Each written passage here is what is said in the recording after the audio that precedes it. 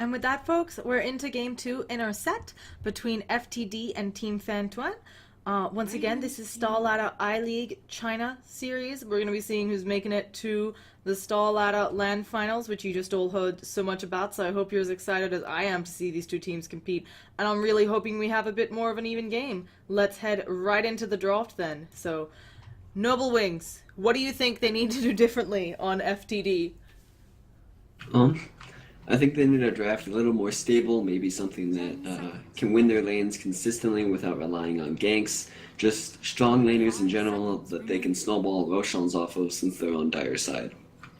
Yeah, and I think that's just a very sensible thing. They've managed to get the Tusk who's made it through because they banned out the Shadow Fiend, and I think this can set them up for something really nice. We saw the Bounty Hunter having a lot of trouble making ganks connect. I think the Tusk is a much easier hero to gank with overall.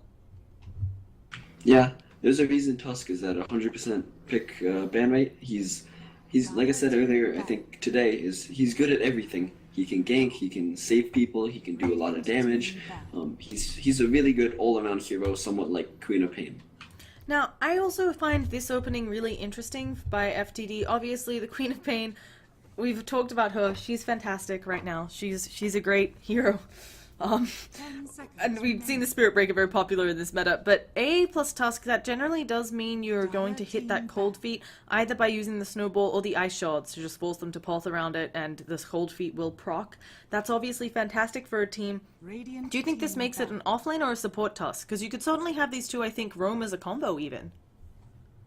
I think it will be offlane. I don't know if they want to run support Tusk, because it does limit their lockdown, because as a support Tusk, although you can gank and maybe get a stun with Ancient Aberration, you can't really kill the Quap mid, you can't really roam that well on their safe lane. You are a melee hero. I feel like he's better suited to an off lane, maybe a dual off lane. Undying is still in the pool, and there's, I think, Undying is still in the pool, so there are options like that. Yeah, so we're going to be having Night Stalker banned out, and the Bounty Hunter. I guess FTD really valuing this over the lineup of FanTuan. I don't know if they were that worried, you know, or planning on picking it up. And Gyrocopter banned out, so they have gotten themselves a nice Undying pick. How fantastic. I think that was more of a block pick for me. I don't know if it's necessarily great for them, but it does kind of block the Tusk Undying lane that's really difficult to deal with any sort of tri-lane. Yeah, so I think it's really nice here as well. Just, I mean, you can run the Undying Spirit Breaker lane. It's, yeah, FanTuan, suddenly a scary lane for them, or they have a scary lane. FTD, you need to pick a carry that can stand up to a lot, and Templar Assassin, an interesting choice here considering that there's a Quap and Undying on the field. Yeah, he's not great versus them, but there are a couple pros to picking him up. He's really good on Dire as he has the Roshan advantage. Ancients are a little easier to stack and to take on Dire for TA especially, as he's able to get the side blades through him as you bring him up the high ground on Dire side. He's also pretty good versus Quap. A lot of people think Quap vex the matchup, but as long as you use your tangos effectively and keep sentries in lane, it's a winnable matchup because you can just dodge Shadow Strike with your meld, as long as you make sure that you're the one that has the sentry game won. Yeah, very true. So, we're gonna be... See, that wasn't who I was expecting, but I like it a lot. I feel like Batrider is really strong. Has been kind of ignored here. I know there are a number of teams in the scene who do feel like Batrider is a good counter to someone like an SF, and I feel like he's also a nice... He has lots of ways to deal with the Templar. You can't exactly just kind of meld and hope and pray against a Batrider, because he's just going to Firefly on your face. Yeah, it'd be interesting to see maybe that they even put the Batrider mid and run the Quap on off lane, or maybe something like that on the Spirit Breaker and Undying, and maybe support positions. They could do a lot with this draft as all their heroes are very open. You can run Queen of Pain in pretty much any lane, you can run Spirit Breaker in any lane, same thing with Undying and Batrider. Yeah, I actually really like it. I would be really interested to see the Batrider, or I would really prefer to see the Batrider mid. I feel like that's a great way of shutting down a Templar Assassin. She already has the range disadvantage just because of how side blades work, and then of course Batrider, you get maybe 4 stacks up on someone and you win. And they pick an Ember Spirit into that. This is a risky draft. I feel like this is a really rough Ember game. Maybe I'm confused on something, but you've got Nether Strike, you've got Lasso, you've got Queen of Pain who can go for an Orchid. You try to maybe do a team fight and there's a Tombstone down, which you're not maybe the best. Although you will get, if you can get a lot of items, you'll get more cleaves off of all the zombies, but like, what are the odds? And even if you're clearing off zombies, I don't know if that's what you want to be doing in the fight. Yeah. It's interesting. It does have lockdown, which I like, and I felt they needed more lockdown. It does build a Lincoln Sphere, which is going to be useful. It will have some issues dealing with the Queen of Pain going into the mid game if she gets Orchid up, but as long as they can stay ahead in the game, I think they're going to be fine. He's good at anti-push, so even if Undying tries to 5-man and they try to 5-man at you during tick towers, if they get maybe a last pick, something that can push really effectively, Ember Spirit will be really useful. It's not a bad pick, it's just not the greatest pick. Yeah. And as an Ember Spirit, I don't feel like you often want to be buying a Lincoln's if you can help it. It just delays you getting up your damage items. Yeah, it's not a great item, but luckily you can still get it after your Battle Fury and farm it pretty fast and then move straight into a crit. Yep. So, for the Bane ban out, I think is really interesting. I think they're just worried about Pop lockdown and maybe deciding that they don't think they can support it. They also don't have a fantastic amount of ways to cancel Fiend's Grip. They have Lasso, they have Spirit Breaker ulti, but you don't really want to use those to cancel Bane.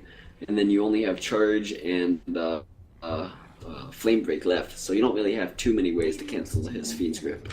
And it's kind of funny because both teams need picking and banning out the same types of heroes. They both now need a support, or they need a hero that has good lockdown for the mobile heroes, Quap and Ember Spirit on both sides. I was thinking actually that because right now Queen of Pain and Batrider, or I thought they were going to go for a carry, but it looks like they went for a Viper mid. I actually like this a lot.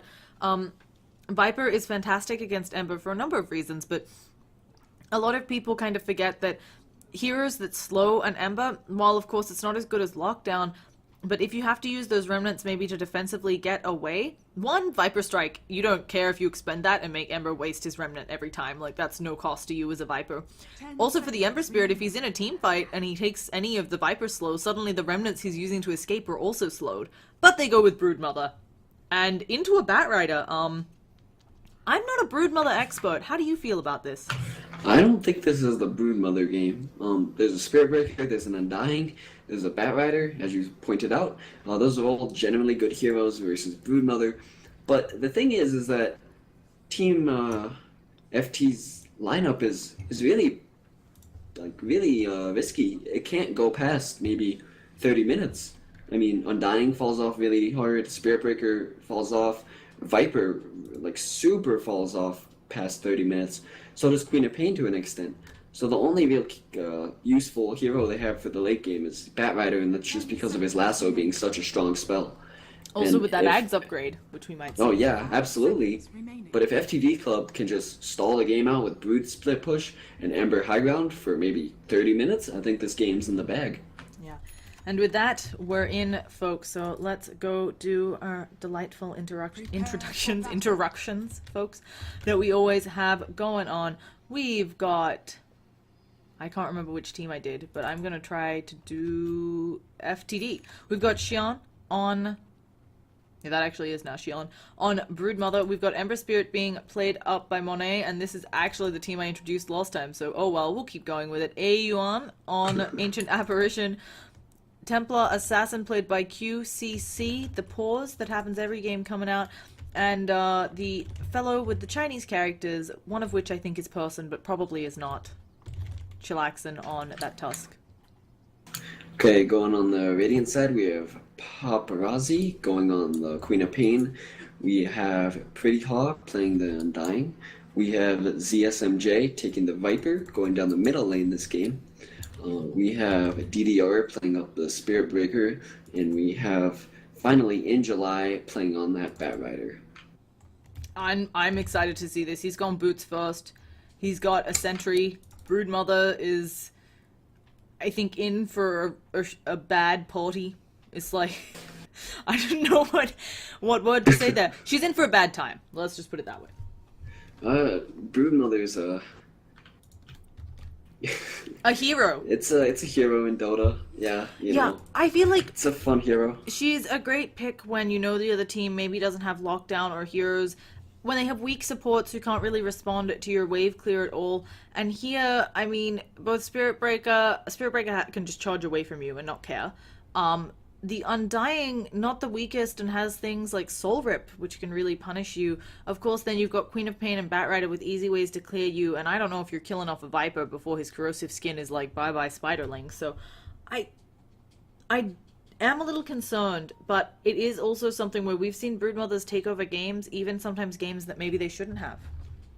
Oh, absolutely. And Broodmother is kind of one of those heroes, and it's kind of what I mentioned to you earlier. He's a hero that changes the way you play the game. I think AUI said this about Techies, where Techies is a hero that like made you play differently, and Broodmother is pretty much the same way. It means you have to kind of try lane, you have to sit your supports in your lane. It means you can't really gank mid. It really limits your options on what you can do in the game, and it changes the way you play Dota, which almost no other hero besides maybe Broodmother, Techies really does. Yeah. So I just wonder if this is the right game for her, and as we talked about, lots of different things. Now, we already mentioned the Templar Assassin, awesome advantages on the Dire team. I also think that potentially with a roaming Tusk, we might be able to see some more stack potential coming out. Yeah, so... Well, can Tusk stack 2 camps with ice shards? I don't know if it's long range enough. No, It could I just meant more like he's actually roaming, so he might be able to Okay. get something done. Like, it's similar to what we see with Lich, where just because he roams, sometimes we see more stacked camps up, which can help TA.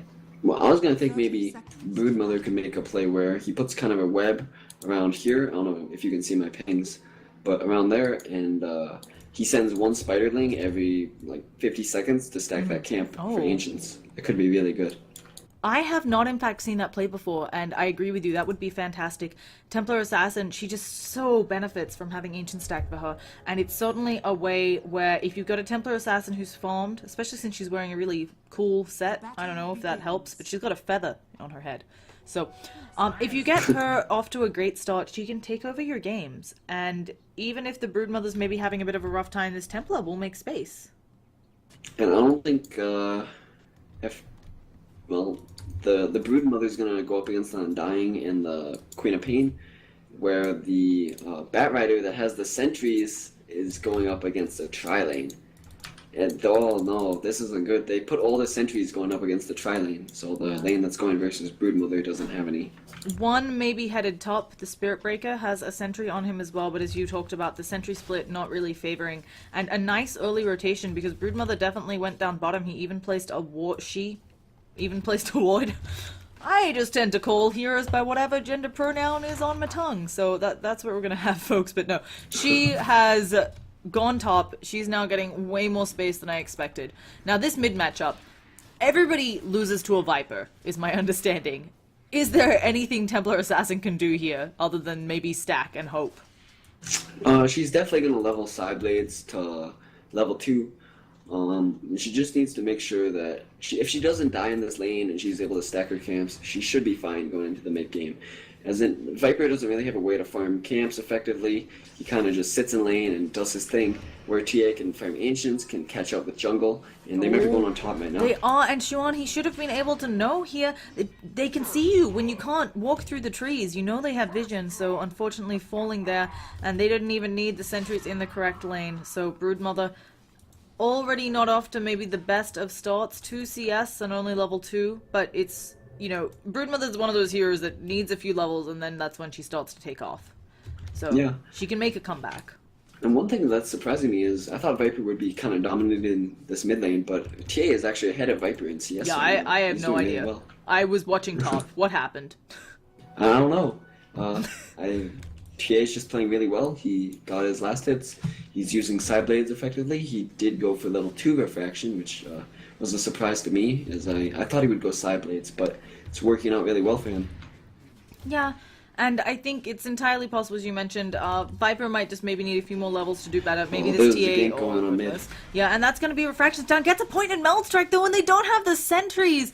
Well played. I've seen this play before, and it can just cause so much havoc. Yeah, she may have to chill here in Meld Strike for a little bit, but once those Refractions are back up, she can just pop right on out, and there is a regen rune waiting for her bottom. So a really nice job there. I would say that's totally worth it. And, like, you never know what you can do with an extra early point in Meld Strike.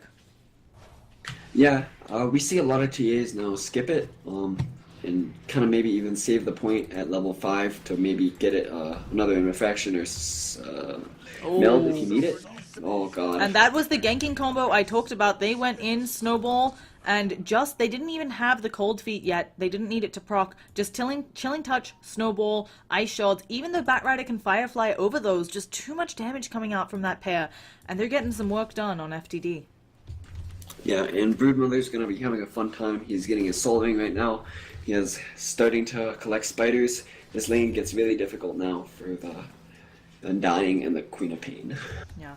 And just spitting at things, having them pop into baby spiders. Undying is like, what is this? There's blood all over the ground.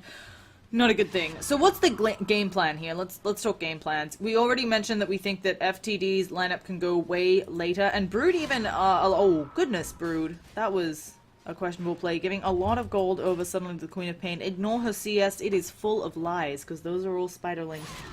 And a bunch more. Do you want a split... Oh, she even denies it. That's so sad. Do you want to split pushing Brood to see here? I also think Brood can definitely build into a fighting Brood lineup, but I don't know if that's what they want here with an Ember Spirit. I think you just want to buy time. And about to be dusted. Gonna have to try to walk it off. There is a charge coming. No TP support. I believe Broodmother is gonna be slowly auto-attack down. One more auto-attack should do it. Yeah, I was gonna say maybe if you're really tricksy you can deny yourself there. Unfortunately, that is a rough play. And Templar Assassin, why are there so many heroes in mid? 5 all of a sudden, they get the Viper, they've got Chilling Touch for the Batman, but standing in the fire, that is not good, and nobody can turn around to auto-attack him. It doesn't manage to kill off the AA with the lost auto-attack, but Templar Assassin, she also doesn't have refractions. They're just gonna Meld Strike. Chill and dark. Broodmother, I think, can go for either or. I guess the way I see this game playing out is that maybe at 30 minutes, FT decides that they need to start making stuff happen. They try to go for Roshan, and then they're going to try to go for a high ground push. Broodmother can either go for a fighting build if they think that, okay, well, let's just fight and we can take the fight. We're strong enough at this point. And if they feel that they're not strong enough, Brood can just go for split pushing and try to delay the game even further. Yeah, I really like that, and as you said, sometimes you've got to buy time for your team. Maybe they're just not doing as well as you wanted, and I really think it's valuable that they have both of these options here. Another charge is coming out onto the Brood Mama, and it looks like elsewhere we don't have too much action. We again have like 6 heroes chillaxing in mid. It is the party lane. But yeah, we're gonna have a charge. I don't know if they can kill with this one. Oh, but Queen of Pain, she's coming in. She's only level 5. She's gonna get these baby spiders. And she's just gonna walk right up to the Broodmother and kill her. And we have a pause. This is climactic. This is bad timing on the pause. If I knew Chinese, I would translate. But yes, that's really the problem here. Why don't you know Chinese? I know. Why wasn't I born in China and they're Chinese? I don't know. Me too. Let's just put it that way. But we have a reconnect, and it looks like we should be back in business shortly. I don't think Broodmother has a way out of this. I'd love to see her attempt to deny herself, but I think the auto attacks coming out are way too big. Queen of Pain doesn't have enough blink, so... Yeah, and that's the only blink. The Searing Chains come out, and this is gonna be a double kill. Broodmother actually getting both of those. Monet TPing in time to get experience, so actually pretty nice for the Ember Spirit. You're always happy to accelerate your farm in that way. Yeah, and now you can maybe send the Broodmother bottom. Broodmother doesn't really care now with the web changes. I think he should be fine on webs to just TP bottom and go to that lane. We'll see what he decides to do. Oh, No, he's going back top, it looks like. yeah, they have found A is just leeching experience off of these stacks. It's not the most glamorous job, but has an invis rune, has a lot of people around him. Is gonna actually get charged? Yeah. Spirit Breaker doesn't see that though, right? That he bashed someone if they're invisible. I don't know if it's supposed to, but I think you do see that sometimes at least. I don't know if he could tell. Yeah, it's kind of like if you walk past an invis hero, you can tell. It kind of blocks you, but a lot of people won't notice it. Like the famous Weehall play. I don't know if you've seen that one yet. I have not. He had an illusion here, and he ran it back and forth. He just shift queued it to run back and forth, and it detected a smoke because the hero was suddenly moving weirdly. So oh, okay. That's actually really, really smart. It was brilliant. It won them the game. It was... My mind was blown. Anyway, but in this game, not going to be so much. Monet actually up there with the Broodmother. I'm going to switch us over to net worth just because it's lies with the Queen of Pain looking like she has a million CS early in when, of course, it is just her using Scream. But again, what's up with all these heroes mid? I understand it's important that Viper doesn't fall behind or that the TA doesn't snowball, but I feel like having, 6 heroes mid all the time just means you're being inefficient in other lanes. Well, it's something we see a lot this patch is people will just kind of focus mid, and it's mostly because your mid lane right now is becoming really important towards whatever happens in your... Or they might be going on bottom. Yeah, but this is a really hard kill to try and get. Like, unless she blinks poorly, you're not going to be able to get the snowball off on her, if you get chains, though, chains will stop blink. Yes. They're actually going in for the snowball. They don't get the searing chains, but again, that's exactly the blink that they needed. Batrider goes down elsewhere, and this is a dead paparazzi. Nice sonic wave. Can they get some follow-up? A lot of people taking damage from the tombstone. Searing chains come out to stop Pretty Hua from doing more damage, and suddenly he is on the back lines. Do they have the damage? All remnants expended. Monet is in the danger zone now. Quap has bought back. Should have a screen. Spirit Breaker kills off the A on the back lines. Ice Shield's not going to separate the two, and Monet is dead, as is Mr. Man, which is what I'm calling this fine. So doesn't get the TP out. Not quite worth it, I think, there, unfortunately. It's okay. Broodmother got a tier 2 for it. You traded, I think, 2 for 3 with a buyback, and TA's farming this ancient stack, so although it may not look the best, they're getting a lot of map control, and they're getting a lot of stacks farmed off of this. So even though they may not trade well for kills, they're still trading well overall. And with that, we're going to be seeing Templar Assassin getting her boots finished off. She's not snowballing. We've definitely seen Templar Assassins have a bit more game impact this early on, but she's helping put FTD at a firm lead over Team Fan this game, and she can keep on stacking up and taking these. It'll help her get her deso maybe around 15 minutes if she keeps this up. Yeah. She's pretty farmed. She's not doing great. Her last hits are really low for 10 minutes, honestly. She probably only had maybe 20 something last hits in lane because she just got like 30 ancient creeps, but I mean, luckily, she got vipered, and we got a snowball on bottom. Remnant as well. Very aggressive Monet is with these remnants. I have to say, Templar Assassin is not in a good spot. But they have the dust coming out. Refraction's only going to... But did she bash her? No, she wished she was bashed to the high ground there. And now AA is coming in. The cold feet may proc if he's not careful. Instead, blinks away right into the waiting arms of a Tusk. And Ember Spirit's going to get a Spirit Breaker kill. No extra follow-up for them. And these spiders... Oh, because you're pushing bottom now. She ran them all. Maybe even thinking of Roshan. I think getting more kills on the Ember Spirit always nice, but of course you would prefer not to lose your Templar Assassin for it. Yeah, this Ember Spirit's getting really big. Yeah. He's 4-1 already at 10 minutes. He has a DD bottled. He's going to treads. I think he'll rush a Battle Fury. We'll see. And of but course, no matter what he goes, he's pretty much set for the rest of the game. Once you get ahead like this, it's really hard to shut you down. It's also something where it feels like Ember Spirit... He often trades levels for farm in a safe lane, but he's already level 8, only 1 level behind the Templar Assassin, only half a level behind the Viper. He's doing really well, and a lot of his damage output comes from having those levels. Oh, they may go on mid. Yeah, they're going again. Templar Assassin, her life is rough. She's dusted up. I don't see any way out. An Ice Blast gonna be coming in, though. They've got that up pretty early, all things considered. And another Searing Chains. I don't know if they have the damage. That guy might be able to... Oh, no. He does, in fact, shatter. I wasn't quite sure since it's a level 1 AA Blast. And now... Quap gonna be zoned away. That is still a very low-level blink. She's actually... maxing it now. We often see people put maybe 2 points in Shadow Strike, but she understands that in this game, if she's locked down, it's instant death.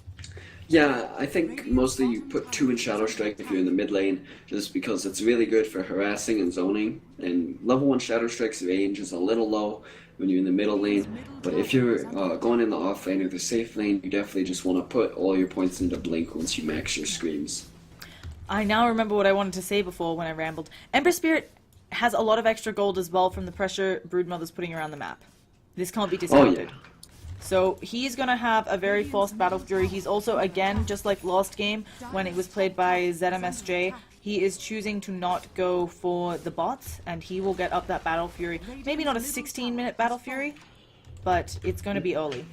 He went for the more standard Treads build nowadays. Treads is really favored on the hero as it gives you a lot more mana pool, which you really need, and it helps you kind of stay in the fights a little longer. Yeah, so... And Templar Assassin doing something that's really surprising me. I said she was going Deso because that is the build I am used to. She has picked up a Blade of Alacrity, so potentially Monta, potentially Sand and Yasha. Their smoke's gonna break maybe a little bit too early. We've got the Snowball coming in. Quap, of course, gonna blink away. That Snowball does roll through one, and they are now all over the place. I don't know how this team fight can go well for FTD. The lasso comes out. The Ice Blast does manage to hit on one, but Ember Spirit, he's the one caught out of position. He remnants into a Tombstone, and this team fight, it has fallen apart. The immediate TP's out, I think the best thing they can do, but they want more, and I think they're going to get it. So at least 2 down and 2 pretty dang big kills. Tries to snowball to the creeps, but his own ice shards are blocking him out, and one more auto attack. Queen of Pain will get it with a scream. So really unfortunate there for the lineup of FTD. I don't think they were expecting their smoke to be broken so early. Yeah, but I mean, luckily you have a Broodmother, so even if you lose fights like this, your Broodmother split push you mid, and this means that, like, if they decide that they want to force this tier 1 issue, Broodmother might be able to get a tier 2 in trade. Yeah. And this lead that we can see that FTD has, this is pretty much tower gold and maybe that ancient stack, and then you can see the experience is actually in favor of FTD. This is something that happens commonly against teams that are pushing up. So, Orchid, close for Queen of Pain.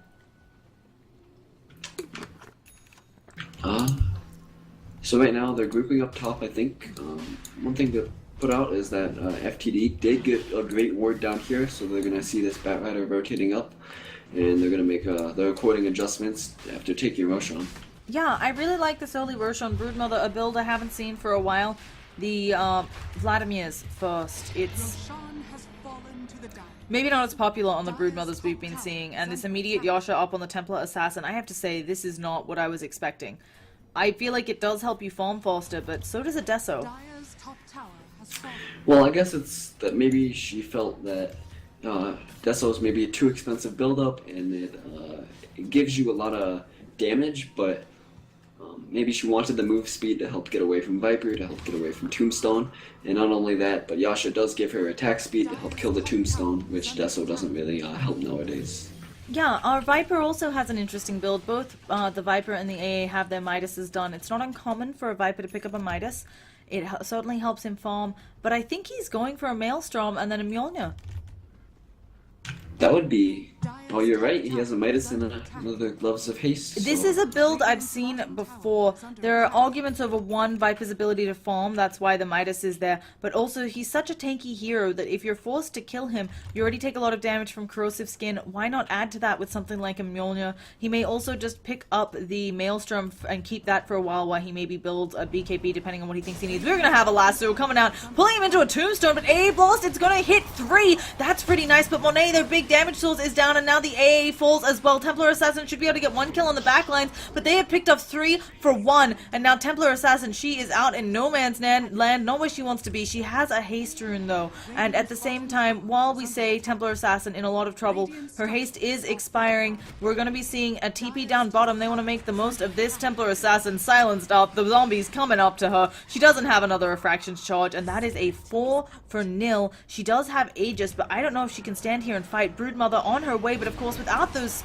webs, she moves very slowly, and Templar Assassin I don't think is in the right place to kill them all. Boots on strength, she gets 1, she'll get 2. I don't know if she can kill this Queen of Pain, but is Paparazzi in the wrong place, wrong time, gonna immediately TP out. What do they had to stop her? Nothing, and so she is going to be out and about.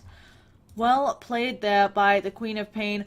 Templar Assassin did a good job of almost tying up that gank, making it more of a 3 for 4, but still really unfortunate that she had to lose her life there. And I think unfortunately the lasso and of course this ward doing way too much work.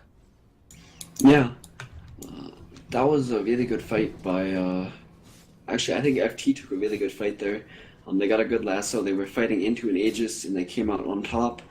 It's a risky play, but I think they feel that they need to make these risky plays, and they might kill this brood now. Yeah, she is very much illuminated, although the dust will wear off in like 2 shakes of a lamb's tail. It's not soon enough, and even if it did wear off, Spirit Breaker was coming in with more dust to help out the cause. Now, saving Grace for FTD, they're still ahead in the gold by a little bit, and they're not really super far behind or anything in the experience. I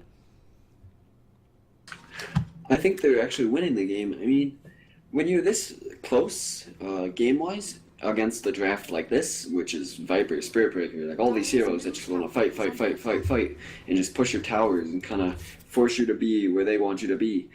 Being even right now is a great way for them, because you have to imagine they are down. Well, they have how many towers? They only haven't got the tier 2 mid off of. Oh, I was wrong then. They're further behind than I thought. Yeah, they're behind, but at the same time, their lineup isn't about to fall off. And this Viper does have his Maelstrom. Once again, folks, this is our first foray into casting Chinese Dota. We've done C, we've done NA, we've done Europe. I'm not sure if this is just a popular item build for him. I'm not sure if the Templar Assassin is played differently in this region.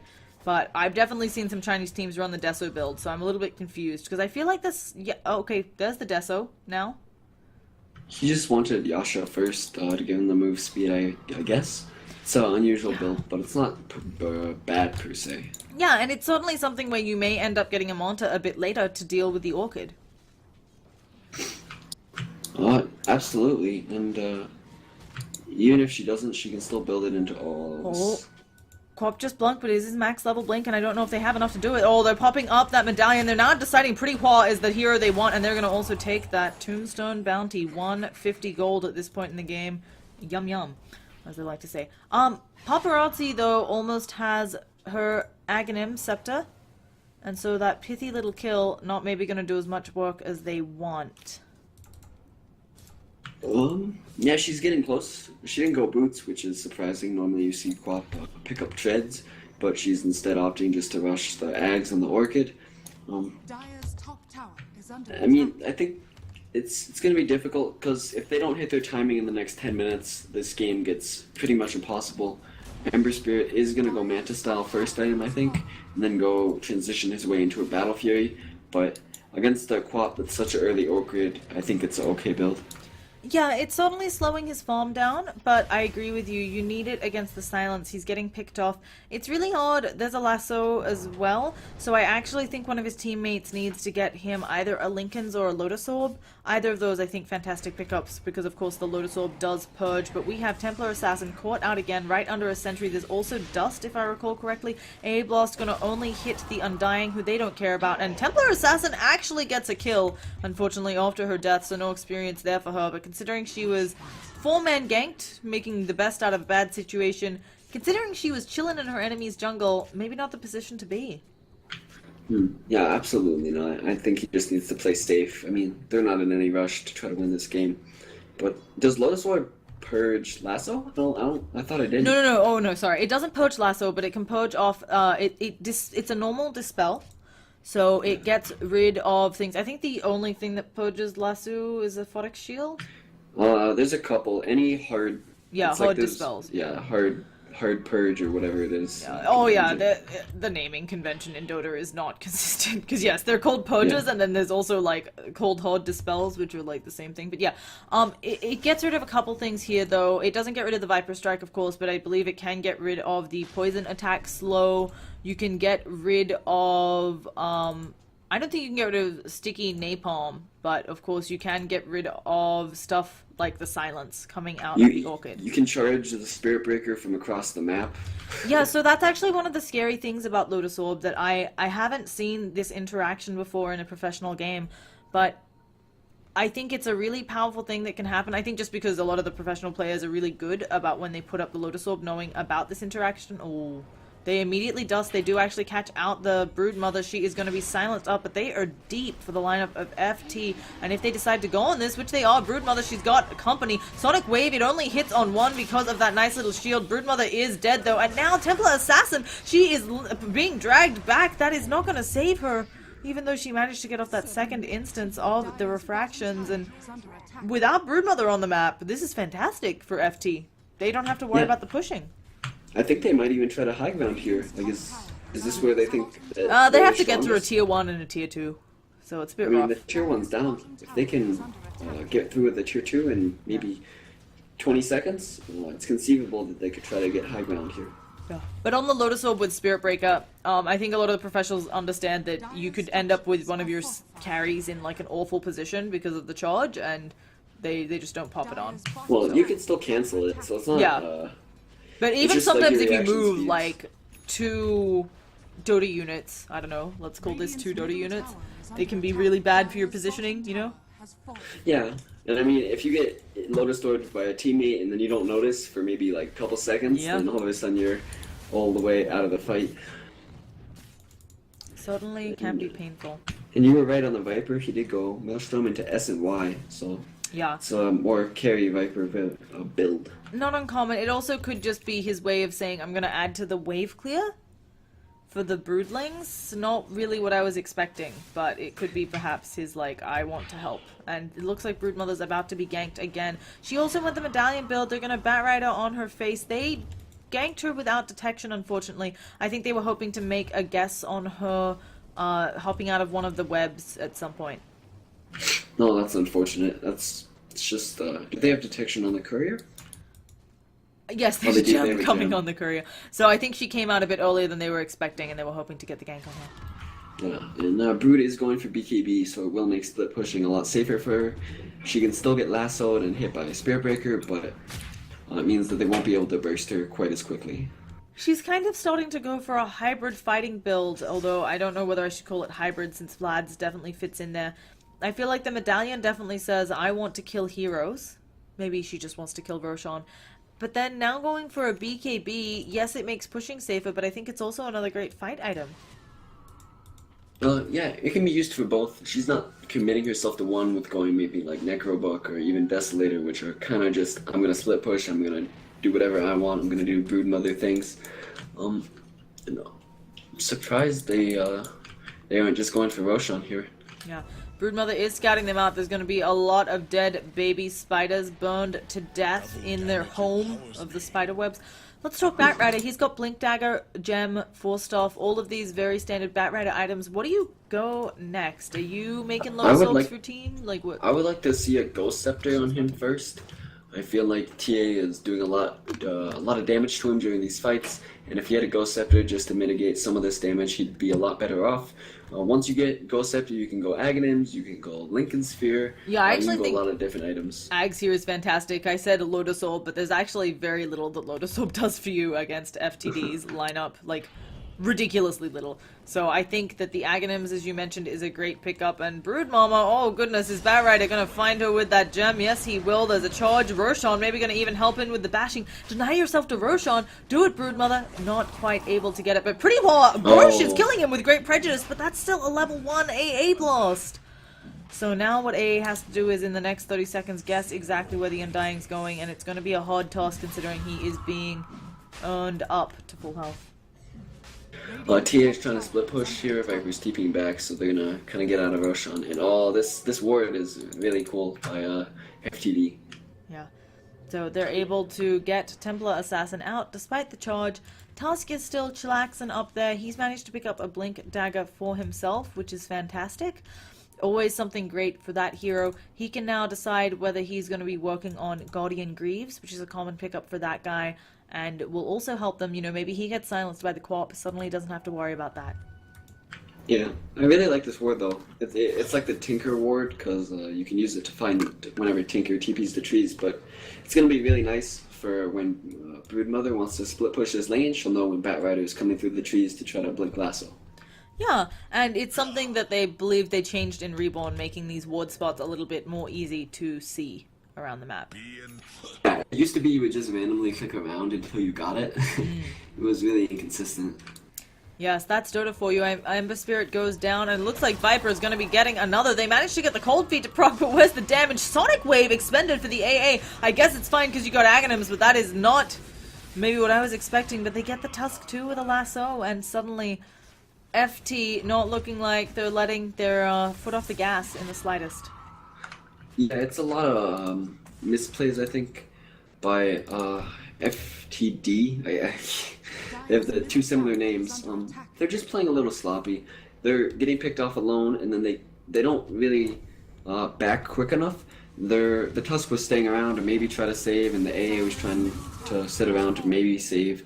When you get in that situation, you just have to cut your losses and just back off. Yeah.